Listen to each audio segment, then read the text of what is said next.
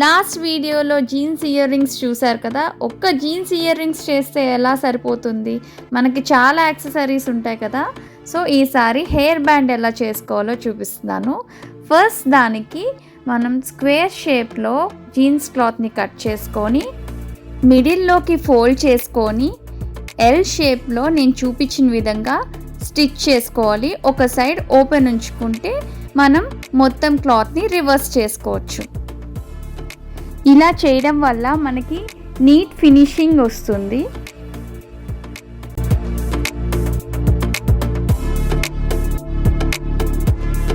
ఇప్పుడు ఒక side open ఉంది కదా, అది కూడా క్లోజ్ చేసుకొని స్టిచ్ చేసేసుకోవాలి. మనకి ఫస్ట్ పార్ట్ రెడీ అయిపోయింది. దీన్ని జస్ట్ లైట్గా మిడిల్లోకి ఫోల్డ్ చేసుకొని స్టిచ్ చేసుకోవాలి బౌ మోడల్లో. ఇప్పుడు సెకండ్ పార్ట్, దీనికి మనం క్లాత్ని బటర్ఫ్లై షేప్లో కట్ చేసుకొని దాన్ని రివర్స్లో ఫోల్డ్ చేసుకొని సేమ్ ఇందాకలాగా మనం స్టిచ్ చేసుకోవాలి, ఒక సైడ్ వదిలేసి. స్టిచ్చింగ్ అయిపోయిన తర్వాత మనం క్లాత్ని రివర్స్ చేసుకొని ఓపెన్ ఉన్న ఎండ్ కూడా మనం క్లోజ్ చేసేసుకోవాలి. That's it, it's almost ready. మనకి first part second part ready అయిపోయింది. ఇప్పుడు నేను చూపిస్తున్న విధంగా మీరు స్టిచ్ చేసుకుంటే మీ హెయిర్ బ్యాండ్ రెడీ అయిపోతుంది.